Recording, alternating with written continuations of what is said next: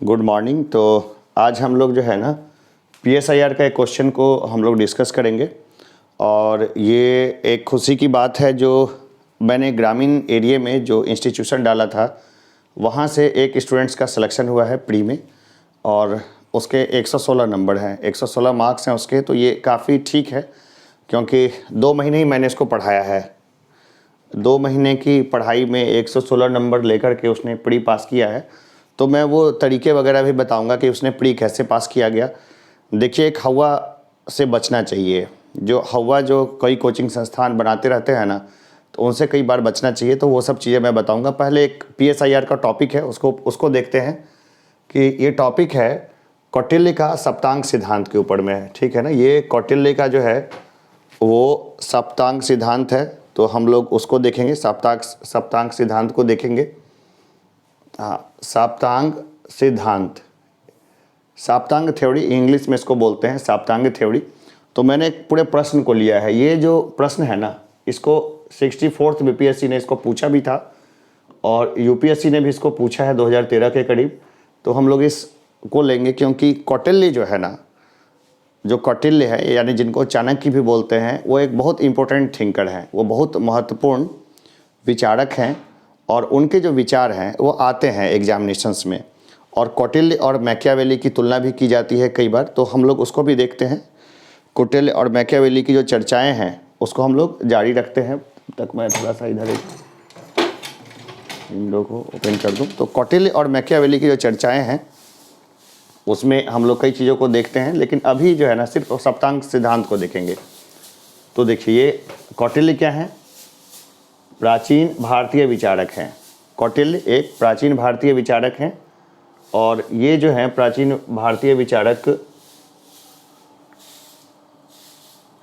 ठीक है, प्राचीन भारतीय विचारक हैं। तो इन्होंने किताब लिखी थी, नाम था उसका अर्थशास्त्र। अर्थशास्त्र इनकी बहुत प्राचीन बुक है। और अर्थशास्त्र में जो है ना, इन्होंने खास करके शासन के सिद्धांतों के बारे में बताया है। जो शासन के सिद्धांत है उनको बताया है। अर्थशास्त्र सिर्फ और सिर्फ इकोनॉमिक्स के ऊपर लिखी हुई नहीं है। इकोनॉमिक्स को इन्होंने बहुत थोड़ा टच किया है, एक छोटा सा डायमेंशन इकोनॉमिक्स का टच किया है। बाकी इन्होंने जो है ना टोटल जो है पॉलिटिकल साइंस, राजनीति शास्त्र को ही इन्होंने इसमें किया है। तो देखिए, ये जो है ना खास करके ये ऊपर की लाइंस, इसको हम लोग इंट्रोडक्शन बोल सकते हैं, हिंदी में बोले तो भूमिका, जो हर क्वेश्चन की फ्रेमिंग में ज़रूरी होती है। तो पहले भूमिका को देखें कि प्राचीन भारतीय विचारक कौटिल्य का नाम अर्थशास्त्र के लेखक के रूप में प्रसिद्ध है। कौटिल्य ने अर्थशास्त्र में राजकाज हेतु नियमों में से एक था राज्य का सप्तांग सिद्धांत। भाई, सप्तांग सिद्धांत कई नियमों में से एक है जो बहुत महत्वपूर्ण है। तो हम लोग उसको भी देखते हैं कि सप्तांग सिद्धांत में क्या क्या महत्वपूर्ण है। तो देखिए, इस सिद्धांत के अनुसार राज्य 7 तत्वों से निर्मित होता है। राज्य जो है वो 7 तत्वों से निर्मित होता है। एक राज्य के लिए 7 तत्व होने चाहिए। और वो कौन कौन से तत्व होने चाहिए उसको भी हम लोग यहाँ देखेंगे। तो देखिए, इन्होंने आगे बताया है, जैसे ये शरीर के भिन्न भिन्न अंग हैं, जो 7 अंग अलग अलग हैं राज्य के।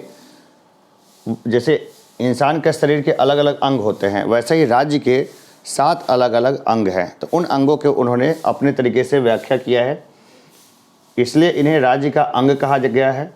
जैसे शरीर के किसी अंग आँख, नाक, कान, हाथ, पैर आदि का पृथक अस्तित्व संभव नहीं है और इन अंगों को काट देने से शरीर विकलांग या मृत हो जाता है, वैसे ही राज्य के ये अंग पृथक नहीं रह सकते। देखिए, कौटिल्य ने कहा है कि जैसे एक शरीर है उसके अंग स्वतंत्र नहीं रह सकते हैं। जैसे आँख अलग हटा दें तो क्या अलग से आँख अस्तित्व में रहेगा? कान अलग हटा दें तो क्या कान अलग से अस्तित्व में रहेगा? हाथ अलग हटा दें तो हाथ अलग से अस्तित्व में रहेगा? नहीं रहेगा। उसी तरह राज्य में अगर ये 7 में से कोई एक या 2 अंग भी अगर पृथक कर दिए जाते हैं तो वो अस्तित्व में नहीं रहेगा। इसे कौटिल्य ने यथार्थ रूप देने का प्रयत्न किया और राज्य के प्रत्येक अंग को कार्य एवं महत्व की दृष्टि से मानव शरीर के भिन्न भिन्न अंगों के समान सिद्ध किया। ये 7 अंग हैं। देखिए, ये 7 अंग है। तो इसके लिए मैंने एक डायग्राम बना दिया है। इस डायग्राम से आप देख सकते हैं, ठीक है। तो ये देखिए बेसिक डायग्राम है। तो आप इसमें डायग्राम में क्या क्या चीज़ देख रहे हैं? सबसे प्रमुख क्या है इसमें, जो सबसे प्रमुख है वो क्या है इसमें, सबसे प्रमुख जो है इसमें अगर हम लोग देखें तो अब देखिए, कौटिल्य जिस समय थे ना उस समय राजतंत्र की बात हुआ करती थी। राजतंत्र यानी कि राजा जो था ना वो राजतंत्र में हमेशा शिखर पे होता था। तो यहाँ पर भी देखते हैं हमारा शिखर पे कौन है, राजा। सबसे महत्वपूर्ण कौन है, राजा। तो राजा जो है वो हमेशा क्या रहेगा, बहुत महत्व का रहेगा। राजा सबसे महत्वपूर्ण है, राजा के बाद ही सबका नाम आएगा। ये सप्तांग सिद्धांत है, सप्तांग थ्योरी है ये। तो राजा के बाद जो है वो सबका नाम आएगा। तो राजा के बाद जो है हम देखते हैं एक प्रमुख है अमात्य, जनपद। भाई राजा किसका राजा होगा, जनपद का राजा होगा। राजा को राजकाज चलाने के लिए किसकी ज़रूरत पड़ेगी, अपने मंत्रियों की। मंत्री को क्या बोलते थे, अमात्य बोलते थे। फिर राजा के कुछ मित्र होंगे, ठीक है। अब इसके ऊपर बहुत लंबी थ्योरी है मित्र के ऊपर। मित्र को भी उन्होंने डिफाइन किया है और बहुत अच्छे तरीके से डिफाइन किया है, जैसे कि शत्रु का शत्रु मित्र, इस तरह करके अड़ी मित्र और दुनिया भर की चीज़ें। तो हम लोग इसमें फंसेंगे नहीं, जो क्वेश्चन है उसी की प्रकृति पे रहेंगे। फिर राजा को है ना दंड का अधिकार है, दंड देगा वो। राजा के पास कोष होना चाहिए, कोष के बाद दुर्ग होना चाहिए। दुर्ग को भी इसने डिफाइन किया है। तो हम लोग क्वेश्चन के आंसर में जैसे जो क्वेश्चन है उसकी प्रकृति में हम लोग अलग अलग दुर्गों को डिफाइन नहीं करेंगे। और वैसे जो प्रश्न है वो प्रश्न में भी कभी भी दुर्ग को यानी फोर्ट को डिफाइन करना नहीं आएगा। जब भी आएगा इसी तरह का प्रश्न आएगा और हो सकता है यही प्रश्न आपको देखने को मिल जाए।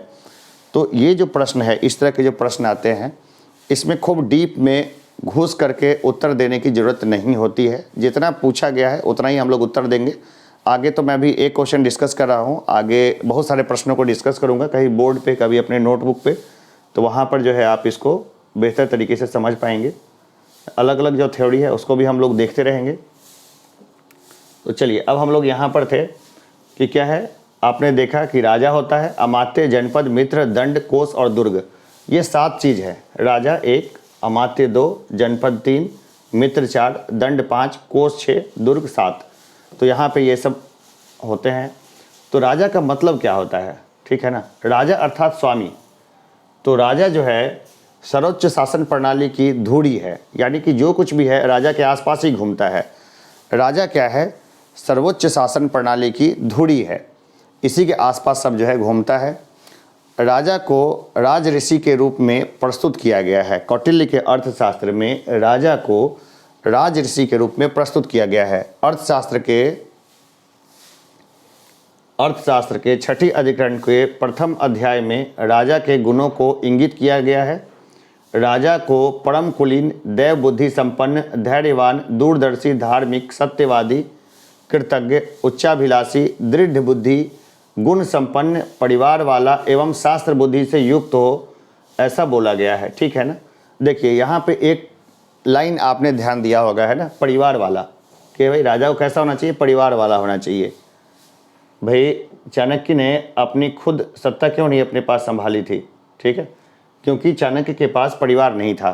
तो राजा में क्या क्या गुण होने चाहिए, ठीक है, गुण संपन्न तो होना ही चाहिए, बुद्धि होना चाहिए, दृढ़ होना चाहिए, उच्चाभिलाषी होना चाहिए, धार्मिक, सत्यवादी, कृतज्ञ, दूरदर्शी, ये सब होना चाहिए। लेकिन साथ में एक चीज़ और चाणक्य ने जोड़ा, और वो चीज़ क्या थी, वो चीज़ उसने जोड़ा कि राजा को क्या होना चाहिए, परिवार वाला होना चाहिए, है ना, परिवार वाला, ठीक है, एवं शास्त्र बुद्धि से युक्त हो, ठीक है। तो अब यहाँ पर आप देखिए कि यहाँ पर परिवार वाला जो शब्द जोड़ा ना, इससे मोदी जी की खिंचाई आसान हो गई, ठीक है। हम लोग लिखेंगे नहीं क्वेश्चन में, लेकिन देखिए मोदी और योगी जी दोनों बिना फैमिली के व्यक्ति हैं, ठीक है। तो जब भी वो नीति बनाते हैं, विरोधी जो है ना इसी सिद्धांत के अकॉर्डिंग बोलते हैं कि भाई जिसके पास फैमिली नहीं है उसको राजकाज नहीं चलाना चाहिए, क्योंकि कौटिल्य ने ऐसा कहा है, ठीक है। तो एक फैमिली जो चलाता है व्यक्ति, उसको इस बात का एक्सपीरियंस होता है कि अगर महंगाई बढ़ गई या कोई समस्या आ गई तो परिवार का भरण पोषण कितना मुश्किल हो जाता है।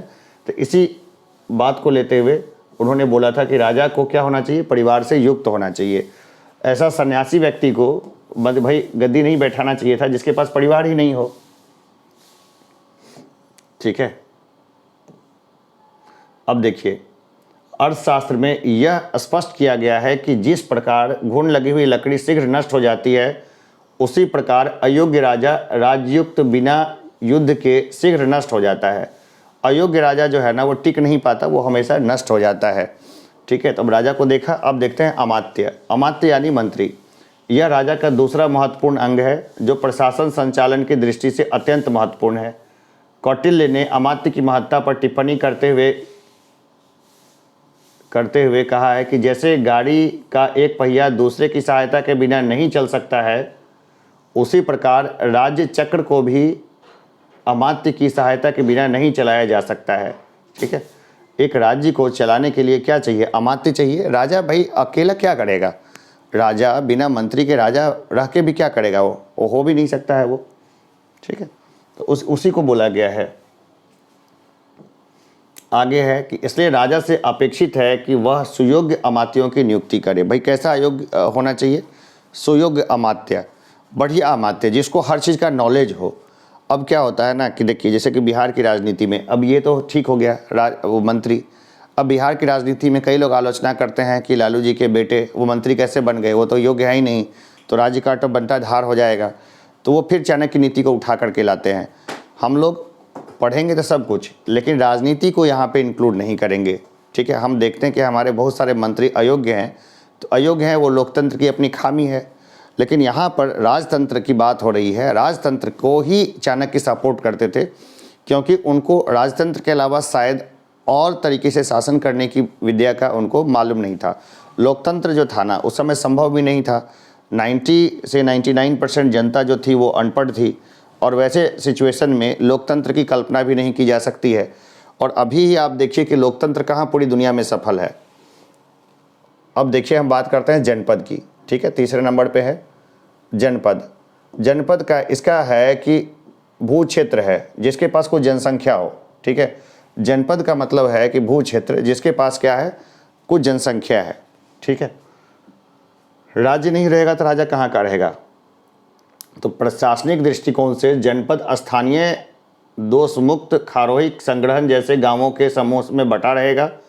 अर्थशास्त्र में वर्णित है कि जनपद में जनता निष्ठावान, स्वाभिमानी एवं सरल हृदय वाला हो। जनता राज्य द्वारा लगाए गए करों को चुकाने की क्षमता रखती हो तथा करों को स्वेच्छा से अदा करती हो। देखिए, उस समय जो था ना, टैक्स का बड़ा महत्व था। टैक्स का महत्व आज भी है। और वैसे भी हम लोग जानते हैं कि जीवन में दो ही सच है। एक है मर जाना, ये सत्य है, जिसने भी जन्म लिया है वो मरेगा। दूसरा सत्य है कि जो जीवित है वो टैक्स देगा। ठीक है, जीवन के दो ही सत्य हैं कि भाई या तो मरेगा, ये तो निश्चित है कि मरना तो निश्चित है, और दूसरा जितने भी जीवित हैं वो टैक्स हर हाल में देंगे, भले कोई भी हो, साधु सन्यासी क्यों ना हो, टैक्स सबको देना है। तो उसी समय करों की बात की गई है। ठीक है, सप्तांग सिद्धांत में कि क्या हो, करों को स्वेच्छा से अदा करती हो। अब देखिए, बात है दुर्ग की। तो 4 प्रकार के दुर्ग की बात है, जैसे औदिक दुर्ग, पार्वत दुर्ग, धनवन दुर्ग और वन दुर्ग। तो ये अलग अलग दुर्ग है। थोड़ा सा इसके बारे में हम लोग देख सकते हैं। दुर्ग यानी फोर्ट, किला, अलग अलग तरह के किले थे। तो इन दुर्गों में औदिक दुर्ग एवं पार्वत दुर्ग आपत्ति काल में जनपद की रक्षा हेतु प्रयुक्त होता है ना। कौन? औदिक दुर्ग और पार्वत दुर्ग आपत्ति काल में जनपद की रक्षा में प्रयुक्त होता है, जबकि धानवद दुर्ग एवं वन दुर्ग जानवरों एवं वन पालों की रक्षा हेतु है। इतना काफ़ी है, इससे ज़्यादा हम लोग लिखेंगे भी नहीं। दुर्ग के ऊपर में कभी भी एक सेपरेट क्वेश्चन नहीं आएगा, ये काफ़ी इंटरनल है। जब भी आएगा तो क्वेश्चन इसी तरह का आएगा जिस तरह का मैंने दिया है। मैं जितने क्वेश्चंस कराऊंगा उसमें जो है सिलेक्शन हो जाएगा, उसमें अच्छा नंबर आ जाएगा, है ना, मतलब कोई परेशानी नहीं रहेगी। अब बात करते हैं कोष की। तो राजा का कार्य है कि कोष में वृद्धि करे। भाई किसी भी तरीके से कोष को बढ़ाता जाए, चाहे युद्ध करके जीतते दूसरे क्षेत्रों को, थोड़ा टैक्स का ऊपर नीचे कर दे, तो ये चीज़ है। कोष में हमेशा वृद्धि करते रहे। कोष रहेगा तभी तो राजा कोई युद्ध लड़ पाएगा, तभी तो राजा जो है कोई जन कल्याण के कार्य कर पाएगा। अर्थशास्त्र में अर्थ की बड़ी प्रधानता है। भाई प्रधानता है क्योंकि अर्थशास्त्र लिखा भी उसी ख्याल से गया है। अर्थशास्त्र के अनुसार धर्म, अर्थ, काम एवं मोक्ष में अर्थ सर्वाधिक महत्वपूर्ण है। देखिए, पहले लोग बोलते थे आध्यात्मिक बनो, बढ़िया आध्यात्मिक रहो, लेकिन यहाँ पर जो है ना, चाणक्य ने क्या बोला है कि अर्थ की बड़ी महत्वता है। मतलब पैसा जो है वो बहुत महत्वपूर्ण है। धर्म, अर्थ, काम, मोक्ष में सबसे महत्वपूर्ण क्या है? पैसा है। ये मैं नहीं बोल रहा, चाणक्य बोल रहा हूँ। और मैकियावेली ने भी इसी तरह की बात बोली थी, इसलिए चाणक्य की तुलना जो है मैकियावेली से होती है। क्योंकि धर्म एवं काम अर्थ पर निर्भर करते हैं। राज्य के संचालन हेतु कोष आवश्यक है। प्रजा से अनाज का 6वां, व्यापार का 10वां एवं पशुओं के व्यापार का 50वां भाग राज्य को दिया जाए। ठीक है, अब बात करते हैं दंड की, है ना। दंड की बात करते हैं। दंड क्या है? यह राज्य की सुरक्षा का प्रतीक है। अब देखिए, नख दंत विहीन अगर राज्य होगा तो वो चलेगा क्या? नख दंत विहीन राज्य हो नहीं सकता है। तो राज्य को क्या होना चाहिए? कैपेबल होना चाहिए, मजबूत होना चाहिए। और किस तरह से कैपेबल होना चाहिए? तो देखिए, है ना, कि राजा के पास क्या है? सशक्त सैन्य बल होता है। उसके मित्र तो मित्र रहते ही हैं, साथ ही शत्रु भी मित्र बन जाते हैं। सेना के अंतर्गत हस्ती सेना, रथ सेना, पैदल सेना व अश्व सेना आदि का जिक्र है। तो दंड का मतलब क्या है? पावर, शक्ति, भाई ताकतवर। राजा जो है ना, उसको क्या होना चाहिए? ताकतवर होना चाहिए। अगर ताकतवर नहीं रहेगा तो उसके मित्र भी जो है ना, वो शत्रु जैसा व्यवहार करेंगे। अगर उसके पास ताकत है तो मित्र रहेंगे, लेकिन उसके शत्रु भी उसके साथ कैसा व्यवहार करेंगे? मित्रवत व्यवहार करेंगे। अब बात करते हैं मित्र की। मित्र के बारे में क्या बताया है अर्थशास्त्र में? मित्र, तो अर्थशास्त्र में मित्र के संदर्भ में टिप्पणी किया गया है, अर्थात मित्र ऐसे होने चाहिए जो अस्थायी हों, अपने वश में रह सकें तथा जिनसे विरोध की संभावना न हो। देखिए, मित्र कैसे होने चाहिए? अर्थशास्त्र के अनुसार से मित्र ऐसे होने चाहिए जो अस्थायी हों, मतलब साथ में रहे, अपने वश में रह सकें तथा जिनसे विरोध की संभावना न हो, यानी कि वो विरोध न करें। इस प्रकार राज्य के सप्तांक, अब ये हमारा क्वेश्चन का लास्ट है, तो थोड़ा सा जो है ना, अब सब पार्ट हमने डिस्कस कर लिया। अब हम क्या है, थोड़ा सा कंक्लूज़न पे आ जाते हैं। हल्का सा कंक्लूज़न थोड़ा लंबा भी रहे तो कोई बुरा नहीं है, ठीक है। कंक्लूजन थोड़ा लंबा भी रहे तो बुरा नहीं है, मैंने तो काफ़ी छोटा कंक्लूड किया है। तो इस प्रकार राज्य के सप्तांग सिद्धांत के माध्यम से कौटिल्य ने स्पष्ट किया है कि सभी अंगों के बेहतर व सुचारू संचालन व समन्वय से ही राज्य बेहतर कार्य कर सकेगा। ठीक है, तो ये जो है सप्तांग सिद्धांत के ऊपर में था। अब देखिए, बहुत सारे प्रश्न आएंगे, जैसे कहीं पर मैकियावेली से तुलना की जाएगी चाणक्य की, तो उसमें प्राचीन तरीके से जो है वो तुलना तो करनी है, लेकिन आधुनिक समय में देखते हैं कि मैकियावेली कहाँ पर बैठते हैं। तो आप देखिए, अभी जो बिहार में चल रहा है, अभी बिहार में सत्ता के लिए जो है ना, कभी जैसे बीजेपी के साथ साठगांठ हो जाता है, जेडीयू का, बीजेपी जेडीयू का भी साथ हो जाता है, ठीक है ना। कभी क्या है, जेडीयू और आरजेडी साथ हो जाता है, ठीक है। तो यहाँ पर है ना, आधुनिक समय में बहुत सारे लोग जो हैं इसको क्या बोलते हैं, नीतीश कुमार को मैकियावेली से उसकी तुलना करते हैं। कई लोग चाणक्य से उसकी तुलना करते हैं, कई लोग मैकियावेली से तुलना करते हैं। तो चाणक्य और मैकियावेली में क्या समानताएं थी और मैकियावेली ने क्या किया था, इसको लेकर के मैं सेपरेट लेक्चर लेकर के आऊँगा। तो बस यही चीज़ है। और जिसको अपना जो है ना आंसर राइटिंग में क्वेश्चंस चाहिए और आंसर एक्सपर्ट से जो जिनको चेक करवाना हो, वो मुझे इस मोबाइल नंबर पे कांटेक्ट करिएगा 7903754126। डिस्क्रिप्शन में भी मैं डाल दूंगा इस नंबर को, ठीक है। PSIR जिनका है उनके लिए मैं खड़ा हूँ साथ में।